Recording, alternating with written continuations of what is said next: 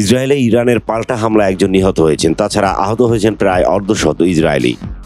ইসরায়েলের জরুরি সেবা বিষয়ক সংস্থা মেগেন ডেভিড অ্যাডামের দাবি, আহতদের আঘাতের ধরন হালকা থেকে মাঝারি। সিএনএনকে দেওয়া এক সাক্ষাৎকারে যুক্তরাষ্ট্রে নিযুক্ত ইসরায়েলি দূত বলেন, ইসরায়েলে এক নারী নিহত এবং আরও 40 জনের মতো আহত হয়েছেন। আরেক মার্কিন সংবাদ মাধ্যম নিউ ইয়র্ক টাইমসও ইসরায়েলের একজন নিহত হওয়ার তথ্য প্রকাশ করেছে। ইসরায়েলি পুলিশের এক মুখপাত্রের বরাতে সংবাদ মাধ্যমটি বলছে, শুক্রবার রাতে তেল আবিবের কাছে একটি শহরতলিতে ইরানের ক্ষেপণাস্ত্র হামলার পর ওই নারীকে মৃত ঘোষণা করা হয়েছে। এদিকে কাতার ভিত্তিক সংবাদ মাধ্যম আল জাজিরার প্রতিবেদন থেকে জানা গেছে, 3 ধাপে শুক্রবার রাতে ইরানের ছোড়া কয়েকটি ক্ষেপণাস্ত্র সরাসরি ইসরায়েলের বাণিজ্যিক রাজধানী তেল আবিবে আঘাত হানে।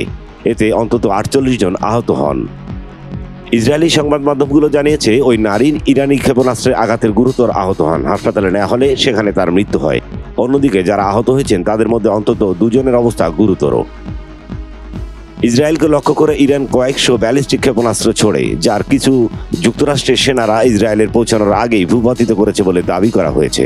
পরবর্তীতে ইরান হুঁশিয়ারি দেয়, যেসব দেশ ইরানের হামলা ঠেকানোর চেষ্টা করবে তাদের অবকাঠামো লক্ষ্য করে হামলা চালানো হবে। মূলত যুক্তরাষ্ট্রকে উদ্দেশ্য করেই এই হুঁশিয়ারি দিয়েছে তেহরান।